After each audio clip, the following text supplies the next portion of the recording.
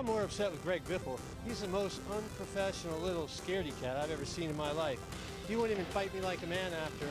He needs a freaking whooping. I'm going to give it to him.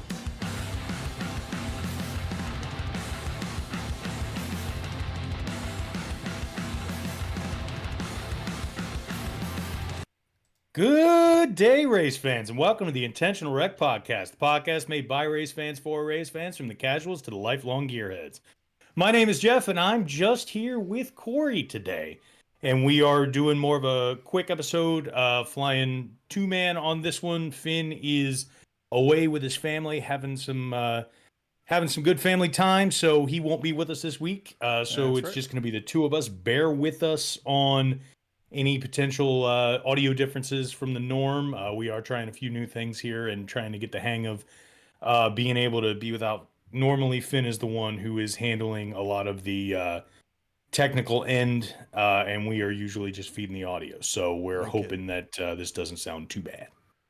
Yeah, no kidding. My laptop is riding the struggle bus right now. My CPU usage is just like 50%. So could look weird, could sound weird, but we're here doing this for you guys. Yeah. So bear with us on this one. I hope it comes out all right. So we had a hell of a Kansas race, as what seems to be the norm nowadays. And you and I both ended up having to watch this a day later because we were at the Commanders home opener on Sunday. So we were catching the radio broadcast on our way out of the stadium and catching what we could, and then ended up having to watch the replay the next day. But regardless, it was still a hell of a race, and I thought it was a good time, and it was really it really shaped some do or die scenarios for what the playoffs are going to look like from here on out. What did you think? Well, and I mean, you don't have to look any further than Truex, man. Like, he's the one that you look at it and it's like, how is it possible that this guy has gone from, what he was doing the end of the regular season to now, and losing a tire and having difficulties in the last race as well. But you hate to see it. But I'll tell you what, man, they're ramping up the intensity. There's no question about that. I mean, these guys are out here sending it. That finish was wild, and you got teammates banging into each other and stuff, and it was definitely a great race. I love watching Kansas races. The race earlier this year was great. Dude, my camera's doing some gobbling stuff. Are you seeing that right now? I'm seeing some blurry stuff in general. Like the entire Discord stream is. Oh yeah, my laptop is not loving this. It is what it is. Anyway, yeah, man, it was an interesting race. We were at the Commanders game on Sunday. Jeff and I went back for the home opener for the Commanders game, so we did have to watch the race on Monday. It's an interesting experience watching a race when you already know the outcome. So you kind of watch them process through everything, the process of the race, already knowing the outcome, already knowing who's going to win. And yeah, I think Reddick gets the win after leading 2 laps, which is a wild thing. But man, you love to see it. Those Camry guys are not messing around in the playoffs, bud. That makes 2 weeks in a row that my prediction has come true on the playoff races, because I called Larson for that in the Lost episode, and then I called Reddick for this past week. So yeah, I'm wondering if my luck is going in. Any gamblers listening may want to take heed, because apparently I'm on a streak right now. I didn't know we were a NASCAR gambling pod, but you're on it, brother. Well, I mean, everybody pulls their inspiration from many different places. So evidently, yeah. So now it's Bristol, baby. We are going into no dirt, no other frills, no extra, pizzazz around it. Bristol is going to stand alone as the race that is going to make the determination of what this playoff picture is going to look like moving forward.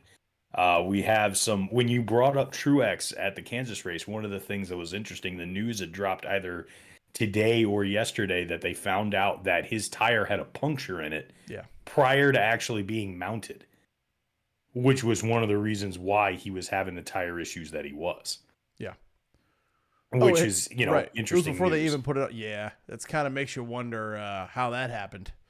But Yeah, and yeah, also, it's and we kinda probably spicy. wouldn't even really find this out as like when we say there's a puncture, are we talking about like, a pinhole, or are we talking about like, something that would have potentially been visible?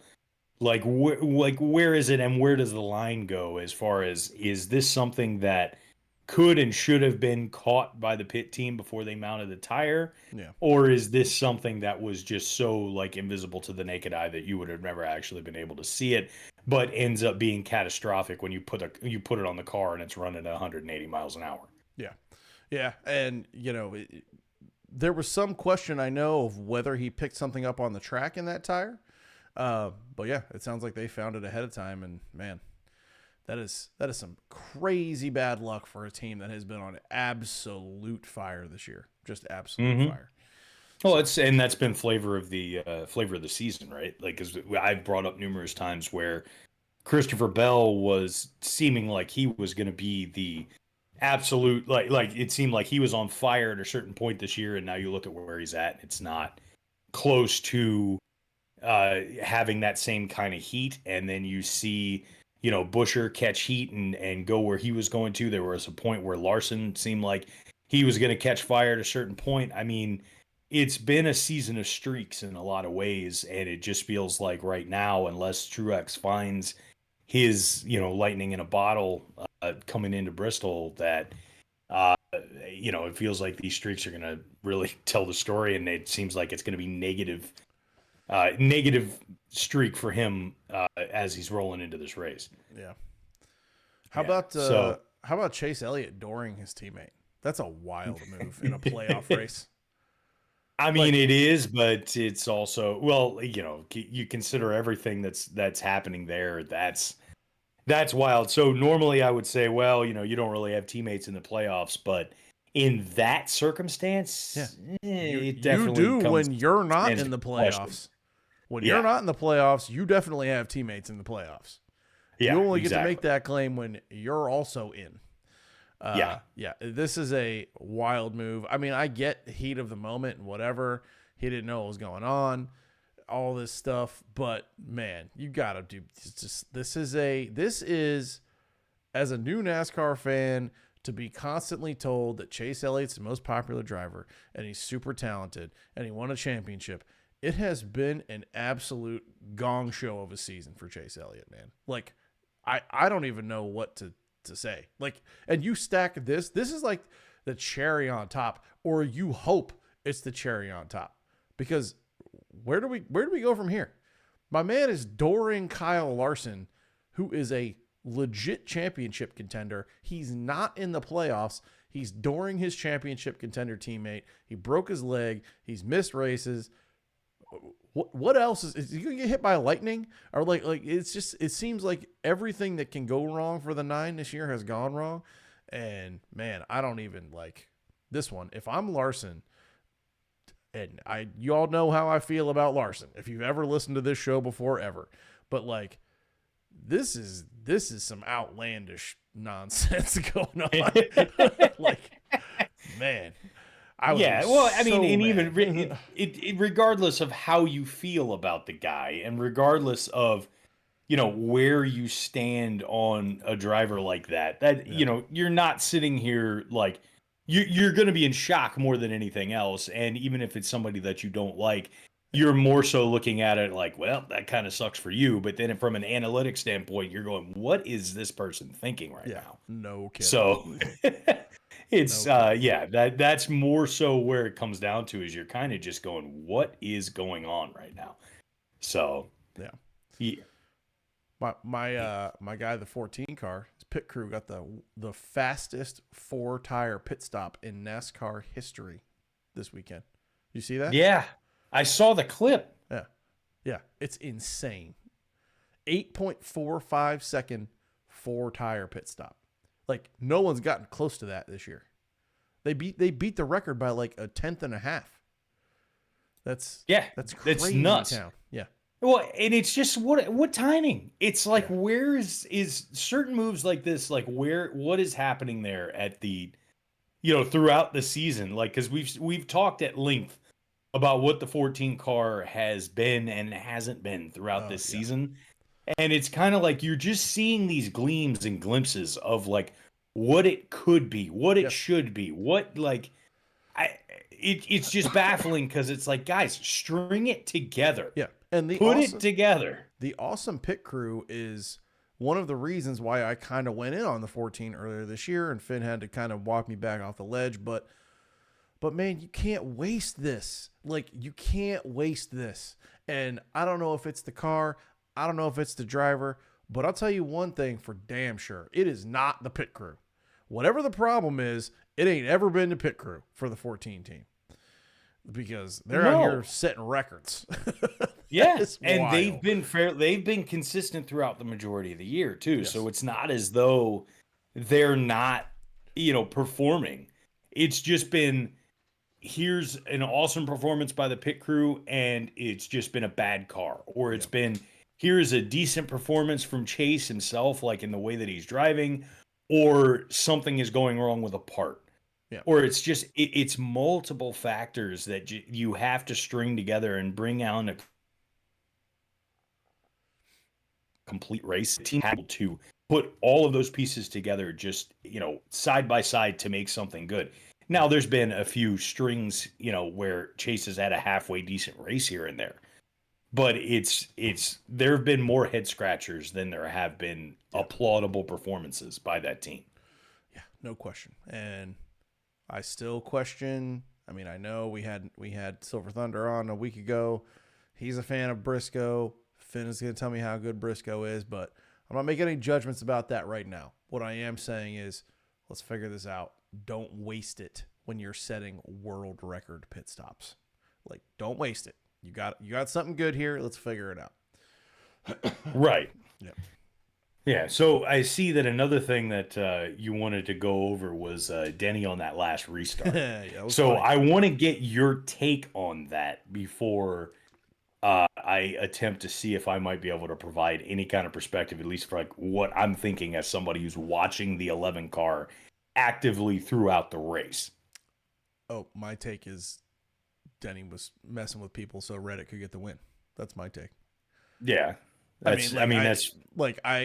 understand that people who know racing better than me are going to say that that's not true and I'm overthinking it and whatever. But I think Denny probably knew Reddick was on the inside. He knew that most likely of the guys in the top 6 or 8 that Larson was his biggest threat.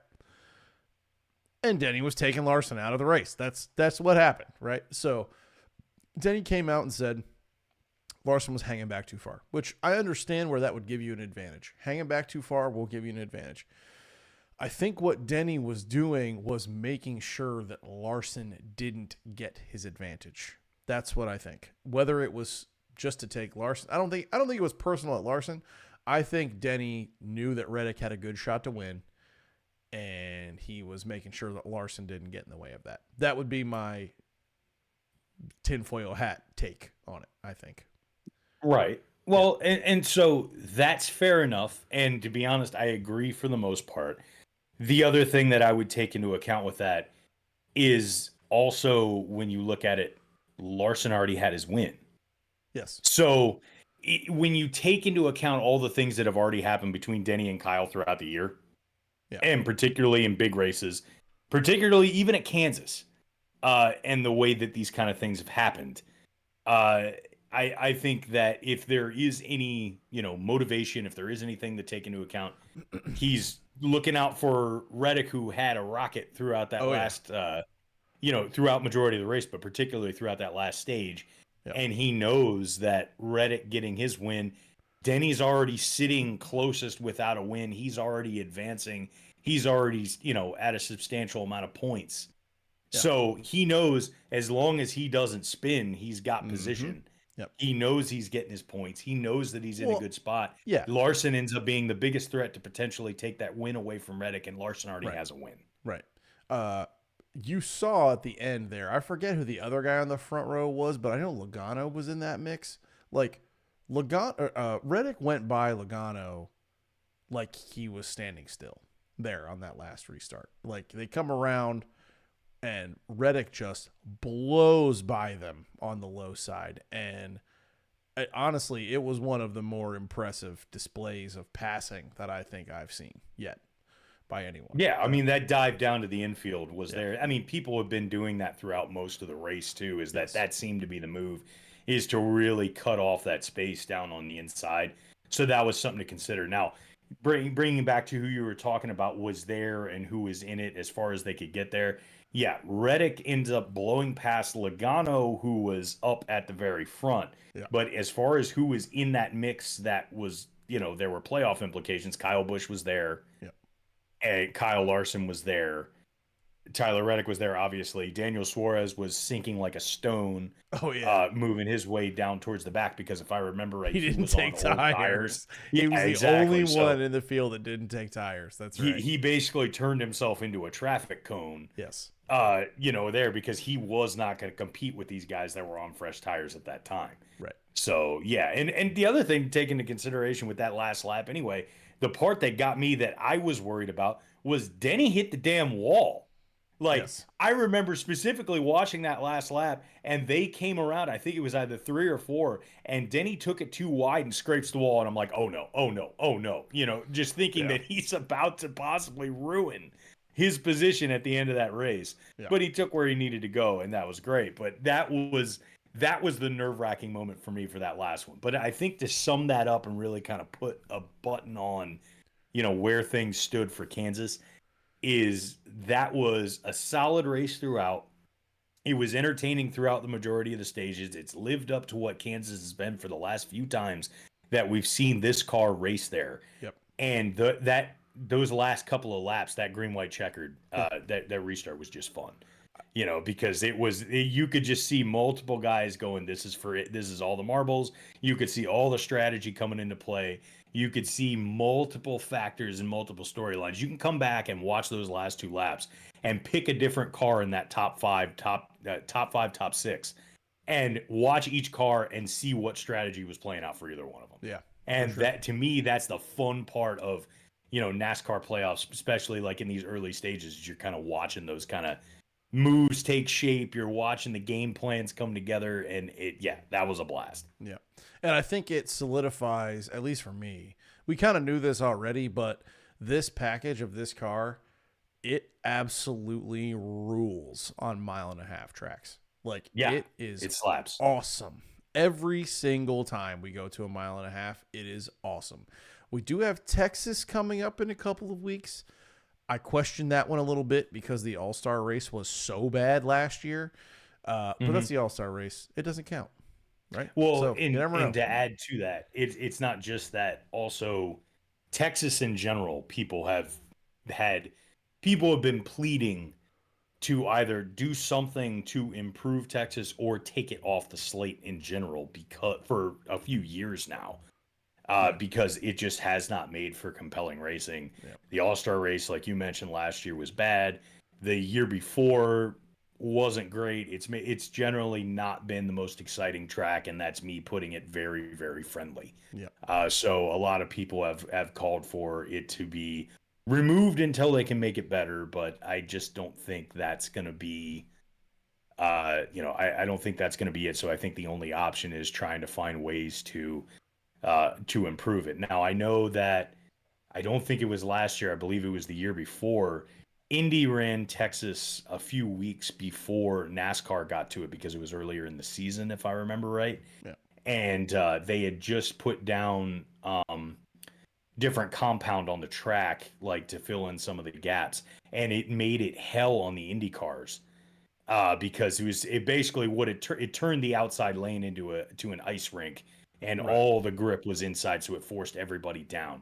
And it didn't quite have that same effect on NASCAR mainly. I would imagine it's multiple different factors, different tires, different weight of the car, different, multiple different factors. But it was kind of interesting because you were seeing them trying to add different factors to the track to make it better. Yeah. It just wasn't enough.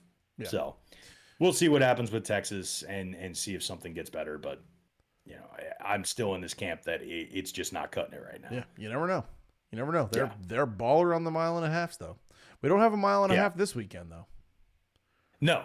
Now it's all Bristol time. Now, you know, we're getting the night race. We're getting the exciting Bristol short track racing going on. It's, you know, you've basically, like, this one is going to be it. You know, this is as much as you can make Bristol, you know, a spotlight race without dropping it in as the championship race or something. You've pretty much got it here, you know, for sure. So I'm super pumped about this one. Like well, you want to do the playoff bubble real quick? Go over I think that's a good idea. Yeah. Okay. Let's go with the playoff bubble. Let's to lead into what Bristol is going to be. Let's talk about what we got left here. Cool. So yeah, I think I kind of made a little quick reference here of, you know, basically everyone who's less than 20 over the cut line. You got Chastain plus 20, Buescher plus 13, Bell plus 13, Logano plus 12. The next two guys right here to me, Jeff, are the most interesting because you've got Harvick plus 7 and Truex minus 7. You then got Bubba minus 19, Stenhouse minus 22, McDowell minus 40. We're going to lose a couple guys after this race, but man, that Harvick versus Truex shootout on Bristol, on what could be Harvick's last race in championship contention of his entire career. Like, man, how did that line up that way? Well, it's all set up, right? That's what I mean is like there's just the pageantry that is coming into this, the storylines that are coming into this Bristol race are making it everything. Yeah. It's you know, I am super pumped about this race just because of the fact that, like, I mean, it feels like all the stars are aligned. You're watching Kevin Harvick fight for his life. You're watching Martin Truex try and regain the lightning in a bottle to get himself back there. Yeah. We know that we're watching Bubba at a track that he races fairly well, and it's all on the line here. Then, like you mentioned, the guys at the bottom that aren't quite below the aren't the bottom line. So Logano, it's another put up or shut up type of situation for him.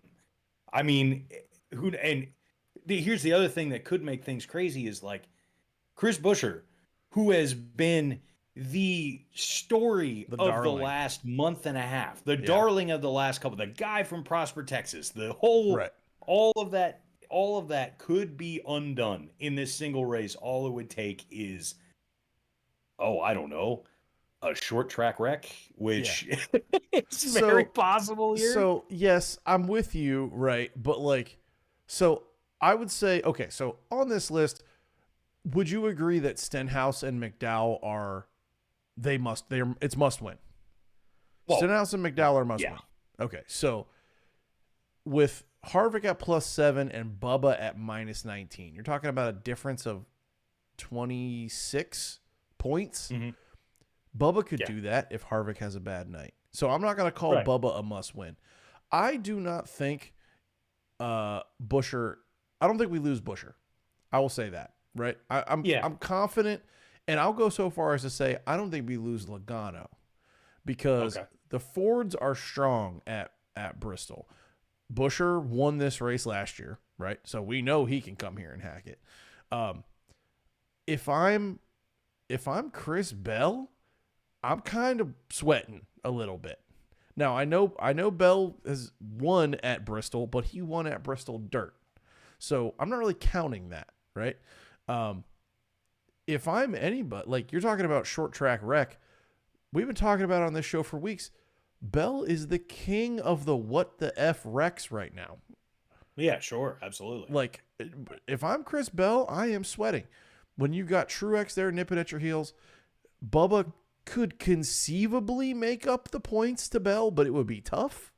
But man, I'm not worried about Buescher. I'm not worried about Chastain. I think Logano is probably fine. But if I'm Kevin Harvick and Chris Bell, buddy, I am sweating. You're talking about only 7 positions for Kevin Harvick.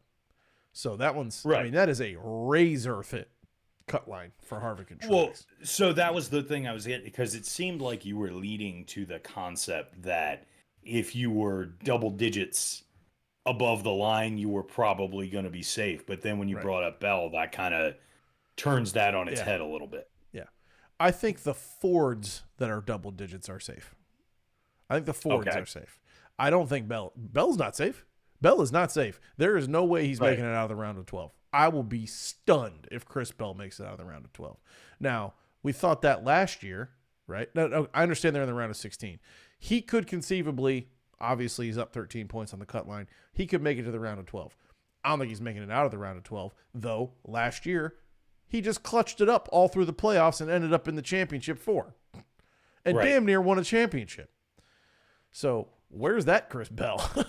Well, so here's the other thing to take in mind, because you were also bringing up like, hey, the Fords are there. Like, you've already got you've got one Toyota that's already locked in. You've got another Toyota that is essentially locked in with Denny. I mean, I don't think that it's possible for him to not point himself in. He's not already pointed in. So that basically means all the focus for Toyota at this point goes to Truex, Wallace, and Bell. Yeah. So that's something to keep in mind here, is that like their work is cut out for them. Right. They know for sure that if they're like, this is where we may see some of this, we may see a little bit of team action, and we also just may see a little more juice going towards the 19 and the 23 and potentially the 20 here, and just kind of telling Denny to just, Denny and Reddick to just get out there and, just go do your thing and race smart and let everybody else, do what you can to boost everybody else. So we got friends moving on to 12. Don't wreck your teammates. Go do what you can and then don't wreck your teammates. Right. Exactly.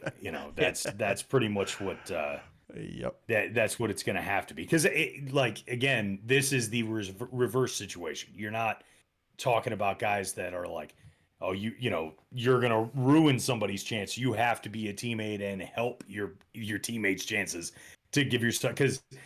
But Toyota drivers are used to that. You have 6 Toyota cars that are week in, week out.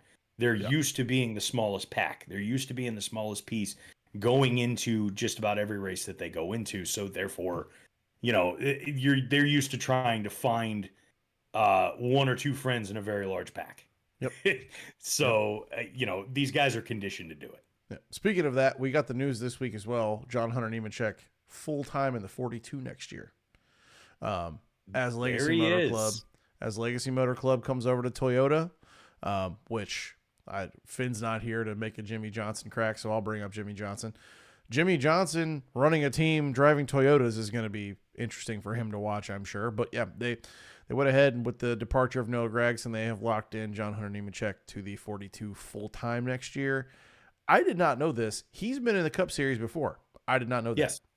Was he in a dog water car before? What car was he in before? Do you know? I couldn't tell you off the top of my head, but yes, he was in the Cup Series before. I do know that. So that'll be interesting to see. The guy's killing it in the lower circuits this year. So just, you love to see it. You love to see it. More cars for Toyota. They're going to be tough. Every single car Toyota adds, they get better and better. It's just going to help them. It can't hurt, right? So Camry guys, baby. Camry guys. We're gonna see some beating and banging on. Oh, this race, by the way, Bristol is Saturday night. It's not Sunday. It's Saturday. So here we are now. It's week 2 of the NFL season. We just so happen to now get a NASCAR race on a Saturday night. For my money, we should do that more. I love the Saturday night thing. Like, give me all of that. Where are you on the Saturday night? You definitely get more of that during the playoffs for the exact reason that you just mentioned. Yeah. NASCAR doesn't want to go and put their, NASCAR doesn't want to go out and put playoff races in to try and compete with NFL football on Sunday afternoons. That's a death wish for anybody that's trying to, schedule proper programming. You don't compete with the NFL. Yeah. If you're watching and listening to this show, then there is a chance that you would choose this over NFL football. But even I would not blame you for not making that choice. Right. Right. Well, especially if your team's playing, right? Because that's the other factor. Like, I know for me, I'm watching the NASCAR. Like, I usually have on a given sports day, I usually have multiple screens going at one time anyway. Yep. And I know that my larger screen is gonna have the Commanders game on it, Yeah. and then I'll have the race on the smaller screen, Yeah. So that's what I would end up doing with that anyway. So but to me it's a no-brainer. You try and schedule your way around having to compete with the NFL. Yeah, that's true. Hey, by the way, Finn's not here. How about the Detroit Lions? I mean, I know we're a NASCAR pod.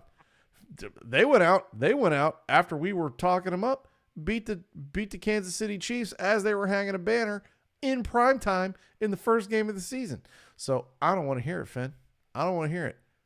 Detroit Lions. We're throwing this out there because we know for sure Super Bowl. that Finn is going to be listening to this one. Because if I remember right, us giving him grief about the Lions was part of the Lost episode. So anybody else here is like, why are these guys talking about the Detroit Lions right now? There was a lot that apparently happened on this Lost episode that y'all just don't know. We created memories and inside jokes and all kinds of stuff. It was just for us. It was just for us. It wasn't for you guys. It was just for laughs. All 16 of you did not catch that. Yes, that's true. So our beloved viewer. Yes. We're gonna see some beating and banging on Saturday. Well, yeah, man. It's Bristol, dude. Yeah. It's going to be close. It's going to be tight. I think that we're going to see a lot of 3 and 4 wide scenarios that are going like the middle of that pack on Saturday night is going to be absolutely bonkers. Oh yeah. Like it's going to be somewhere you do not want to be and are going to be trying to avoid it like the plague. But that's just going to create more chaos with anybody trying to move up or drop back and get the hell out of there. Yep. I have a feeling like, so I don't want to go out there and say, oh, we're going to see a lot of cautions and it's going to be, old school short track racing, because every time we think that that's going to be the case, this car proves us wrong in that regard, right? Like Martinsville for the longest time had such a reputation for having these, big wrecks, or for having this like really close, like beat it up type of racing. And then the last couple times Martinsville has just not been it. We haven't been able to see cars pass. We haven't been able to see, a lot of competition for leads. Someone usually gets up into clean air and then they just try and find their way to not wreck through lap traffic. Yep. Bristol tends to be a little bit different. It tends to race a little quicker. And given the banking, given the actual setup of the track itself, it lends itself a little bit better to seeing something similar to what we've seen in the mile and a half, but in a shorter format. So that's what I'm excited about with that, is I think it's going to grant some leeway for potential, trading paint and guys getting a little bit closer than they would if this would have been if the Bristol dirt race didn't happen earlier and they were on, it was the standard Food City race during the day. I think that this would look, a little better than what that would have ended up being. So, yeah. This one should be fun. 2 pit roads at Bristol. Is that right? Yes. 2 separate pit roads. That's the unique factor of it, is that you got a pit road on the front stretch and a pit road on the back stretch, and the entry points are on the each side of the track. So you have, depending on where your pit stall is, that's another factor that really comes into play, because you don't have much room for error at all. Yeah. So some of these things like we've seen earlier this season where somebody can't quite, somebody locks it up trying to slow it down and get into pit road, or somebody is like not quite at speed where they need to be, or getting some of these pit road penalties. This is one of those scenarios where you're going to see guys having to be absolutely on point to get where they need to be to make a reasonable pit stop, because it's going to mean everything when the moment you're outside of pit road and you're trying to get back around and trying to get position, you're also going to be fighting the back and forth of everybody else that's like trying to get there, because you don't have much room. Yep. It's going to be intense, man. I'm looking forward to it. Hopefully it's gripped up and racy and they are beating and banging. Man, I'm pumped up for it. I really don't remember this race from last year. But dude, I'm psyched. Saturday night, sign me up. I'm ready. Who you got? If I remember correctly, and here's the thing that makes it interesting when you think about the playoffs now, if I'm not mistaken, it was Busher who got the win last year He did. at the Bristol Night Race. He did. Which is just kind of interesting because it's kind of like, look how far we've come Right. to where we sit at this point in this season compared to just a random, what would have been a random Chris Buescher win last year. Yeah. And look what he's become. Right. Exactly. Intense. 3 wins, given A-tier performances every single week. I'd love to see Buescher go out and win. Why not? That'd be cool. Yeah. That'd be cool. Well, you could have said that about a lot of the races this year. That it's kind of like, not my prediction. Not my prediction. Let me be clear. But it would be cool though. Not your prediction. Okay. Not my prediction. What is your prediction? I am gonna go with a guy closer to the cut line who's got to have it, and I'm gonna take Joseph Logano. Interesting choice. Yeah, I'm gonna take Joey Logano. I think the Fords are gonna be solid. I think you get a savvy veteran situation like Logano here. Penske doesn't. I mean, Blaney's pretty well in the clear of the cut line, so probably Logano's going to be getting a lot more of the attention.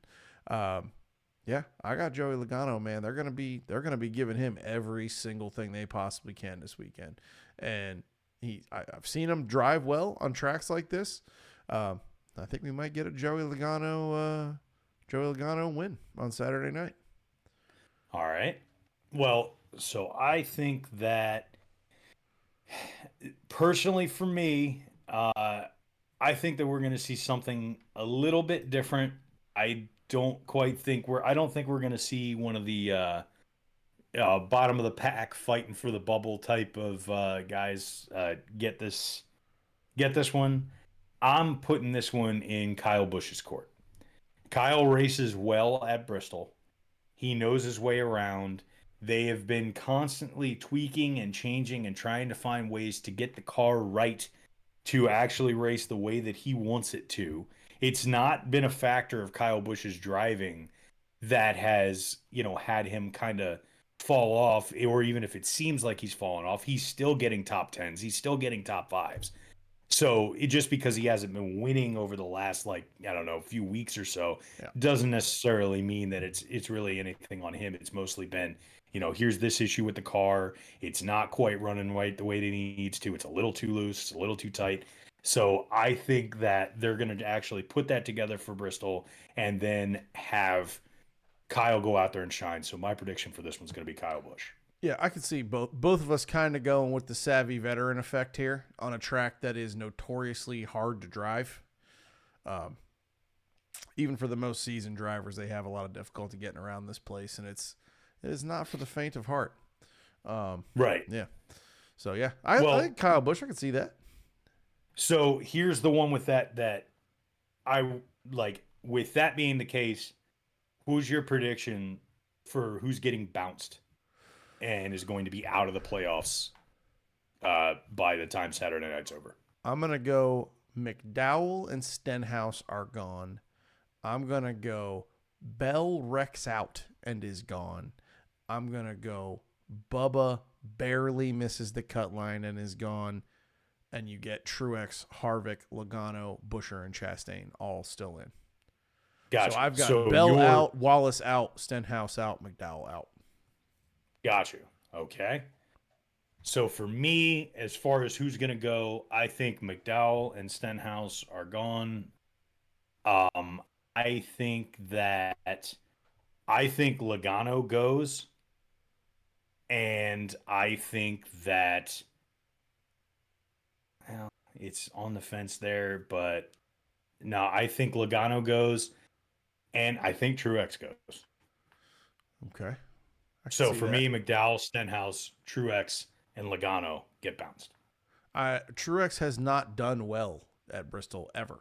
He's got in his entire career, he's got 3 or 4 top 10s at Bristol. So if I'm calling him in, I'm calling him barely squeaking in, and it taking a Chris Bell disaster basically to keep Truex in the playoffs.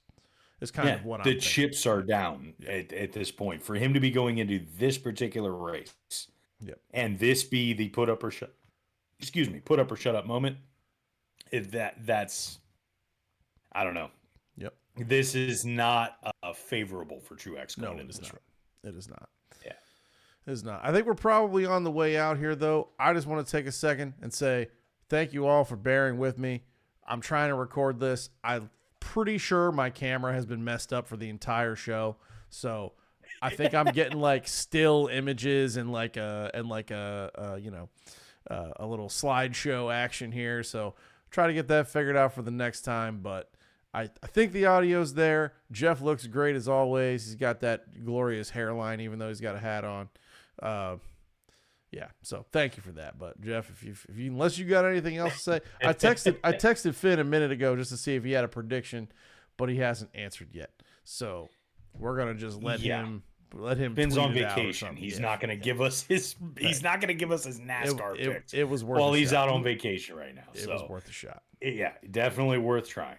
You know that it'll actually come in like 30 minutes after we finish this. For sure. Anyway. It'll come in 10 seconds after I press stop recording. That's exactly. Exactly.